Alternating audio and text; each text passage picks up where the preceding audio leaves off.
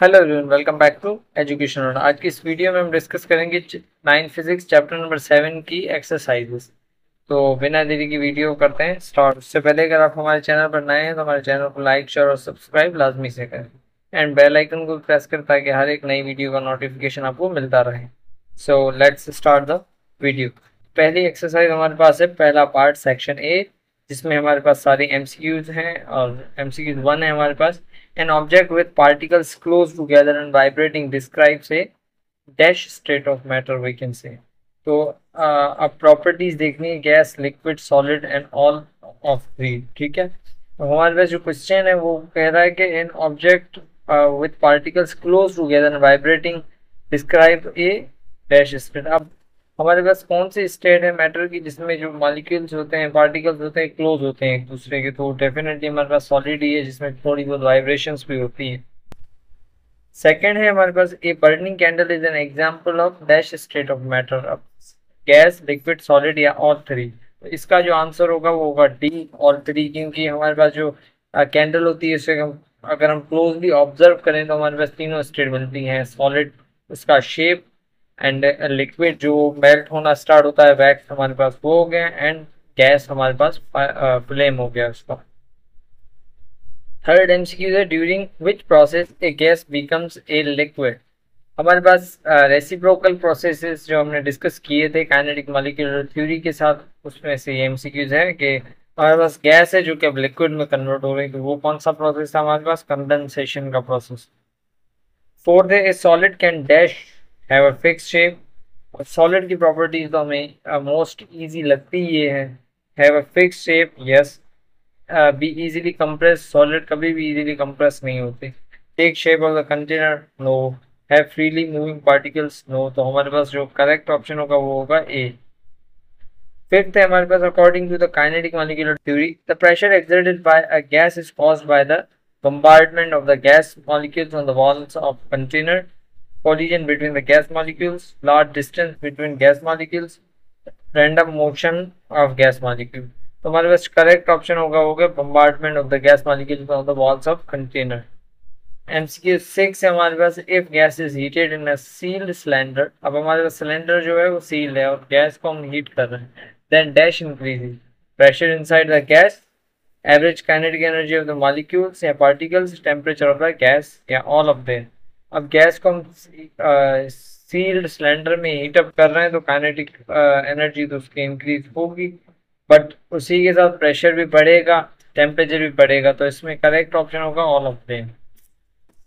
Seventh है, a gas in a container of fixed volume is heated. हमारे पास एक कंटेनर जिसका वॉल्यूम फिक्स्ड है और गैस जो उसके अंदर उसे हम हीट कर रहे हैं। What happens to the molecules of the gas? They collide less frequently. हमारे पास मॉलिक्यूल ऑफ गैस जो है उन्हें हीट कर रहे हैं तो वो लेस फ्रीक्वेंटली तो कोलाइड नहीं करेंगे। They expand, they move faster, they move farther apart. तो हमारा जो करेक्ट ऑप्शन होगा वो होगा तो मूव फास्टर, क्योंकि फर्स्ट तो नहीं हो सकता, सेकेंड हमारे पास वॉल्यूम तो फिक्स रखा हुआ है तो एक्सपेंड भी नहीं हो सकता, and they can not move farther apart क्योंकि वॉल्यूम हमारे पास फिक्स्ड है। एट्थ एमसीक्यूज है, in a liquid some energetic molecule break free from the surface even when the liquid is too cold for the bubbles to form. What is the name of the process?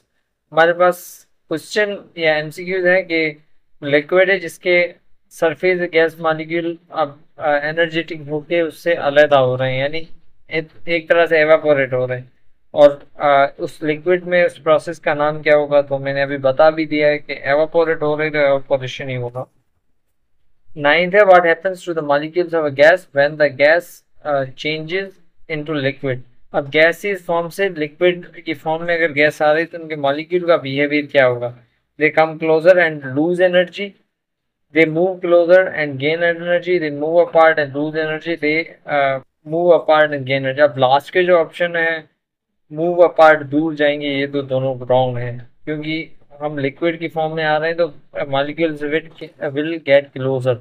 अब loose energy या gain energy में देखें तो हमारे पास gases state में हम molecule को देखें तो गैसेस फॉर्म में क्यों होते हैं? क्योंकि उनके पास एनर्जी ज़्यादा होती है, उनकी एनर्जी काइनेटिक एनर्जी ज़्यादा होती है, अब वो हायर स्टेट में। और अगर वो आपस लिक्विड स्टेट में आ रहे हैं यानी हायर स्टेट से लोअर स्टेट में आएंगी तो वहाँ पे हमारे पास जो एनर्जी होगी वो होगी लूज। तो इसका करेक्ट ऑप्शन होगा ए।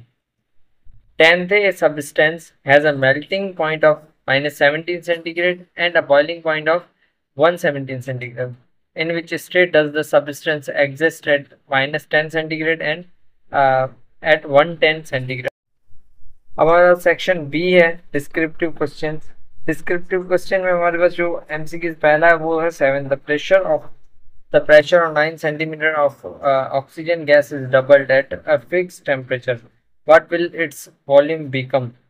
अब हमारे पास इसको सॉल्व करने के दो तरीके हैं, एक तो डायरेक्ट मेथड और एक ट्रेडिशनल मेथड जो कि हम पास बॉयल्स लॉ के थ्रू सॉल्व करते हैं। तो पहले हमारे शॉर्टकट मेथड से चलते हैं क्योंकि इन केस ये क्वेश्चन अगर एमसीक्यू के फॉर्म में आ जाए तो हमें मेथड 1 काम आएगा। अब हमारे पास क्वेश्चन को अगर हम देखें तो pressure on 9 centimetre cube of gas is doubled at a fixed temperature, what will its volume become. हमारे पास जो प्रेशर है वो 9 सेंटीमीटर दिया, और सॉरी वॉल्यूम हमारे पास 9 सेंटीमीटर दिया है किसी प्रेशर पे, और अगर उस प्रेशर को हम डबल करें तो उसके वॉल्यूम पे क्या इफेक्ट पड़ेगा। तो हमें पता है according to Boyle's law pressure जो होता है इनवर्सली प्रोपोर्शनल होता है वॉल्यूम के। प्रेशर हमारा ट्वाइस बढ़ रहा है तो वॉल्यूम हमारा 2 टाइम डिक्रीज हो जाएगा। तो हमारे पास pressure is getting double, then volume will decrease by half, sorry 2 time नहीं हाफ, क्योंकि प्रेशर 2 टाइम है तो वॉल्यूम हाफ बन जाएगा। तो हमारे पास जो आंसर आएगा 4.5 सेंटीमीटर क्यूब आएगा। अब मेथड 2 को देखें तो हमारे पास P1 लेट सपोज P1 ही है और P2 जो हमें गिवन है वो ट्वाइस ऑफ P1 है, और V1 हमारे पास 9 सेंटीमीटर क्यूब है और V2 में फाइंड करना है। तो बॉयल्स लॉ के स्टेटमेंट के according P1 V1 equals to P2 V2। V2 के लिए अगर इक्वेशन को हम अरेंज करें तो हमारे पास ये इक्वेशन बन जाती है। वैल्यू सब्सटीट्यूट करके इसे अगर हम सॉल्व करेंगे तो हमारे 4.5 सेंटीमीटर क्यूब आंसर आ जाएगा। 8th है हमारे पास a container holds 30 centimetre cube of air pressure at a pressure of 1,50,000 Pascal. If the volume is changed to 10 centimeter cube by decreasing the load on the piston, what will the pressure of the gas become? हमारे पास यहाँ पे देखें तो load piston पे कम हो रहा है तो वॉल्यूम जो है वो बढ़ जाएगा। तो इसके रिजल्ट में हमारे पास प्रेशर पे क्या इफेक्ट पड़ रहा है वो हमें कैलकुलेट करना है। तो डेटा बनाते हैं। V1 हमें गिवन है 30, P1 गिवन है ये, V2 है 10 एंड P2 में फाइंड करना है। Solution according to Boyle's law वही इक्वेशन कंसिडर करके P2 के लिए अगर रीअरेंज करें हम तो हमारे पास इक्वेशन बनेगी ये। वैल्यू सब्सटीट्यूट करेंगे एंड जो आंसर आएगा हमारे पास वो आएगा 4,50,000 पास्कल। अब हमारे पास 9th क्वेश्चन है at atmospheric pressure of 760 millimetre of mercury is trapped inside a container available with a movable piston. When the piston is pulled out slowly so that the volume is increased from 100 dm cube to 150 dm cube, the temperature remains constant, यानी ये Boyle's law है, what will be the pressure of the air becomes।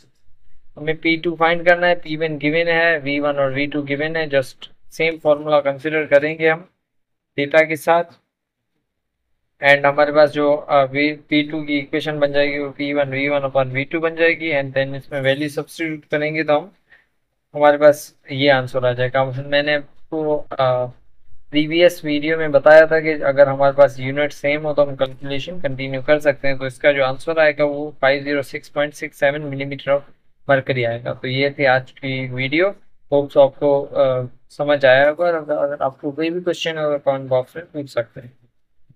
Thank you.